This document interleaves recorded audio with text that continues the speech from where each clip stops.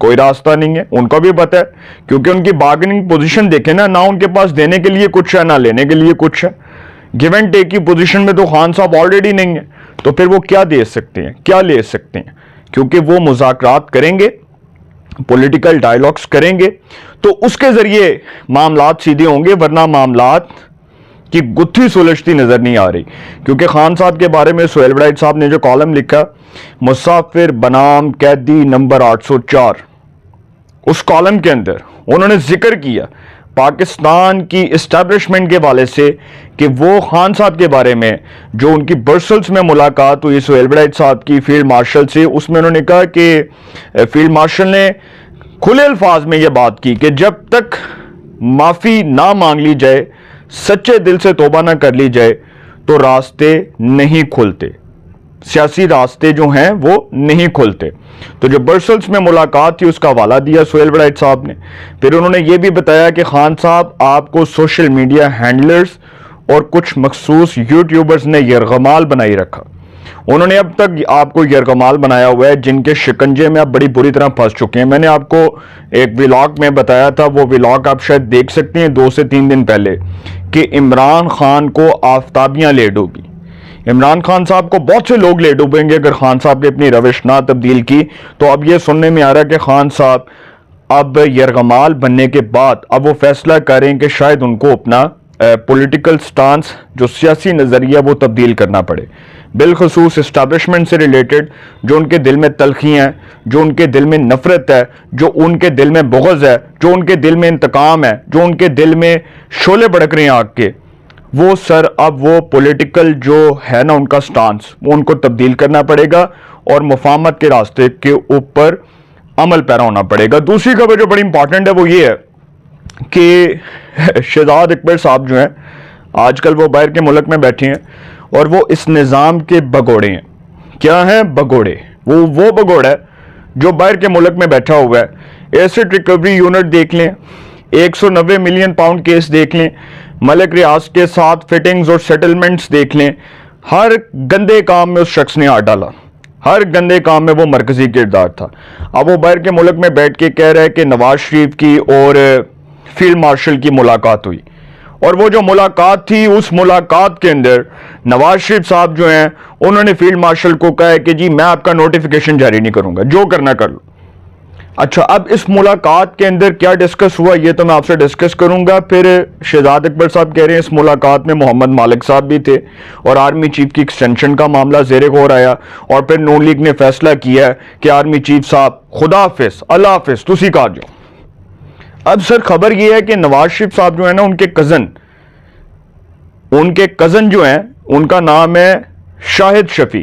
شاہد شفیع صاحب کے انتقال کے اوپر بہت سے سیاسی, مذہبی, اس کے بعد جو دیگر طبقے سے تعلق رکھنے والے لوگ ہیں, پاکستان کی لیڈ کلاس سے تعلق رکھنے والے لوگ ہیں, وہ نواز شریف صاحب کے پاس گئے, ان سے جا کر جو ہے وہ تعزیت کی اور بڑے جو ہے وہ گہرے دکھ اور افسوس کا اظہار کیا گیا. اسی طرح فیلڈ مارشل نے نواز شریف صاحب کو فون کیا, جو رپورٹڈلی خبر آئی, اور وہ فون کرنے کا مقصد یہ تھا کہ جو نواز شریف صاحب کے کزن ہیں شاہد شفیع صاحب, ان کے انتقال پر تعزیت کا اظہار کیا گیا. نواز شریف صاحب سے انہوں نے ٹائم مانگا تو نواز شریف نے کہا کہ چونکہ مریم نواز صاحبہ جو میری صاحبزادی ہیں وزیر اعلیٰ پنجاب, وہ جاپان کے دورے پر ہیں, تو جیسی وہ آئیں گی تو اس کے بعد ہم کوئی ٹائم جو ہے وہ سیٹل کر لیں گے. اس کے بعد ایک ٹائم جو ہے اس کے اکارڈنگ آپ آئیے گا تعزیت کے لیے, اور آپ جب آئیں آپ کے لیے ہمارے دروازے کھلے ہیں.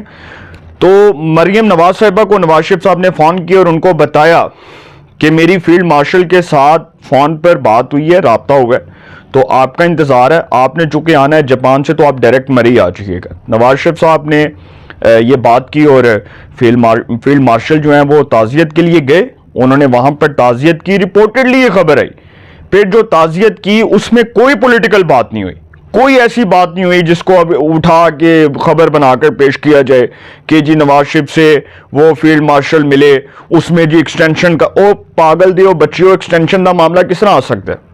یہ تو خبر میں آپ کو آگے جا کر بتانے لگا ہوں کہ کچھ بے وقوف, نلائق, ناہل, نکھٹو اور نکمے لوگوں کو یہ نہیں پتا کہ فیلڈ مارشل کی ایکسٹینشن تو ہونی نہیں ہے.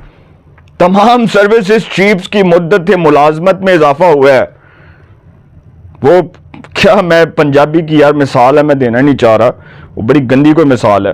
تو یہ لوگ جنہوں نے قانون پڑھا ہی کوئی نہیں سرے سے، ان کو کیا پتا. اب نواز شریف صاحب کیا آرمی چیف کا نوٹیفیکیشن روکیں گے؟ واٹ دا ہیل از دس یار، کیا نان سینس خبریں پھیلا رہے ہیں آپ کہ جی نواز شریف صاحب نے آرمی چیف کا نوٹیفیکیشن روکنا ہے. نواز شریف صاحب کے پاس کیا اختیار ہے؟ نواز شریف صاحب وزیر اعظم تو نہیں ہے. نواز شریف صاحب کون ہے؟ وہ مسلم لیگ نون کے پریزیڈنٹ ہیں، پیٹرن ان چیف ہیں، وہ پاکستان کے سب سے زیادہ وزیر اعظم رہنے والے سیاستدان ہیں. ان کے پاس آرمی چیف گئے، تعزیت کے لیے گئے ان کے کزن شاہد شفیع صاحب کی وفات کے اوپر. اس سے پہلے وہ میاں شفیع صاحب تھے یا عابد شیر علی کے ہاتھی، غالباً یہ ماموں بھی ہیں. تو یہ جو خبر ہے نا، یہ میں نے آپ کے سامنے رکھ دی، یہ چیزیں ڈسکس ہوئی وہاں پر، کوئی پولیٹیکل بات نہیں ہوئی. اب تیسری خبر جو بڑی امپورٹنٹ ہے، وہ یہ ہے کہ آرمی چیف کی مدت ملازمت سے متعلق ایک پروپیگنڈا ہو رہا ہے. رانا ثناء اللہ صاحب سینئر اینکر پرسن محمد مالک صاحب کے پروگرام میں ایئر وائی نیوز پر وہ پولیٹیکل ٹاک شو میں آئے اور انہوں نے بتایا کہ army chief field marshal general Syed Asim Munir 2027 تک اپنے عہدے پر برقرار رہیں گے. 2027 تک، 2027، یہ 2022 میں، نومبر 2022 میں یہ بنے تھے چیف آف آرمی سٹاف، اور ان کو سینیورٹی بیس پر بنایا گیا. سینیورٹی میں یہ فرسٹ نمبر پر تھے. تو وزیر اعظم میاں شہباز شریف صاحب نے ان کو چیف آف آرمی سٹاف بنایا. اب 3 سال کے لیے ان کی اپوائنٹمنٹ ہوئی تھی، 2022 سے 2025 تک. اس سال ان کا جو عہدہ ہے اس کی میعاد ختم ہونی تھی. حکومت نے پچھلے سال تمام سروسز چیفز کی مدت ملازمت میں اضافے کا جو بل ہے وہ قومی اسمبلی اور ایوان بالا سینٹ میں پیش کیا. دونوں ہاؤسز میں پیش کیا گیا، اپر ہاؤس سینٹ اور قومی اسمبلی دونوں سے یہ بل متفقہ طور پر منظور ہوا، اکثریت رائے سے منظور ہوا، اور اس کے بعد تمام سروسز چیفز کی مدت ملازمت میں اضافہ ہو گیا. اب یہ اضافہ جو ہوا، کچھ بے وقوفوں کو میں یہ بات بتانا چاہتا ہوں کہ بے وقوفوں، نالائکوں، ناہلو، جاہلو، یہ پڑھ لو قانون، آپ کو شاید نہیں پتا. اس قانون کے اکارڈنگ میں بات کر رہا ہوں کہ جو اضافہ ہوا نا وہ ایکسٹینشن نہیں ہے. ایکسٹینشن یہ ہوتی ہے کہ جو عمران خان نے جنرل باجوہ کو دی تھی کہ ان کی مدت ملازمت پوری ہوئی 2019 میں، اور عمران خان نے کہا کہ ملک کے وسیع تر مفاد میں، ملک کے سیکیورٹی حالات کو پیش نظر رکھتے ہوئے میں جنرل قمر جاوید باجوہ کو قومی اسمبلی سے 3 سال کی ایکسٹینشن دینے کے بل کی حمایت کا اعلان کرتا ہوں. اور یہ جو بل ہے پھر وہ قومی اسمبلی میں پیش کیا گیا، اس پر ووٹنگ ہوئی، سینٹ میں ہوا، اور اوکے جی سپریم کورٹ سے کیس گیا باجوہ دی ایکسٹینشن دا 6 مہینے انہوں نے کہتا تھے، پارلیمنٹ نے 3 سال دی ایکسٹینشن دے دی تھی. اب جو ایکسٹینشن ہے اس میں اور ٹینیور کو ایکسٹینڈ کرنے میں فرق ہے. آرمی ایکٹ کے اندر آرمی چیف کی جو ہے نا، آرمی چیف کا ٹینیور اس کا ذکر ہوتا ہے، نوٹیفیکیشن کے اندر کہیں ذکر نہیں ہوتا. جب آرمی چیف کو اپوائنٹ کیا جاتا ہے تو اس وقت یہ لکھا جاتا ہے کہ آرمی چیف کو اتنے سال کے لیے اپوائنٹ کیا گیا، ٹھیک ہے. اب جو آرمی ایکٹ ہے اس کے اندر آرمی چیف کی جو ہے نا سروس، اس کا ذکر ہوتا ہے کہ کتنے سال اس کا ٹینیور ہوگا اور کتنے سال تک وہ کنٹینیو کریں گے. تو سر کچھ لوگوں کو یہ نہیں پتا تھا، جو یہ رو رہے ہیں کہ جی پی ٹی آئی اب یہ واویلا کر رہی ہے کہ آرمی چیف کا نوٹیفیکیشن جاری کرو. اور کون سا نوٹیفیکیشن؟ ایکسٹینشن کا نوٹیفیکیشن؟ ایکسٹینشن تو ہونی نہیں ہے. ہاں ایک اور چیز جو بڑی امپورٹنٹ ہے کہ جب 2027 میں موجودہ field marshal general Syed Asim Munir اپنی مدت ملازمت پوری کریں گے تو سر پی ٹی آئی کے اوپر یہ خبر بجلیاں بن کر گرے گی، اور ان پر بجلیاں بن کر یہ نازل ہوگی کہ آرمی چیف فیلڈ مارشل 2027 کے بعد وزیر اعظم ان کو ایکسٹینشن دے سکتے ہیں. پھر وہ جو ایکسٹینشن ہوگی وہ 2029-31 تک جا سکتی ہے. تو فیلڈ مارشل کہیں نہیں جا رہے، موجودہ سیٹ اپ کہیں نہیں جا رہا. تحریک انصاف کی امیدوں پر پانی پھر چکا ہے. نواز شریف صاحب کی ملاقات سیاسی نہیں تھی، ایک تعزیتی ملاقات تھی جو تعزیت کا اظہار کیا گیا فیلڈ مارشل کی طرف سے. عمران خان نے اسٹیبلشمنٹ کے پاؤں پڑنے اور گوڈوں کو ہاتھ لگانے کا فیصلہ کر لیا. اپنی رائے کا کمنٹس میں ضرور اظہار کیجئے گا. انشاءاللہ ایک نئے سیگمنٹ کے ساتھ پہ ملاقات ہوگی. اپنا بہت خیال رکھیے گا. اعلیٰ نگہبان.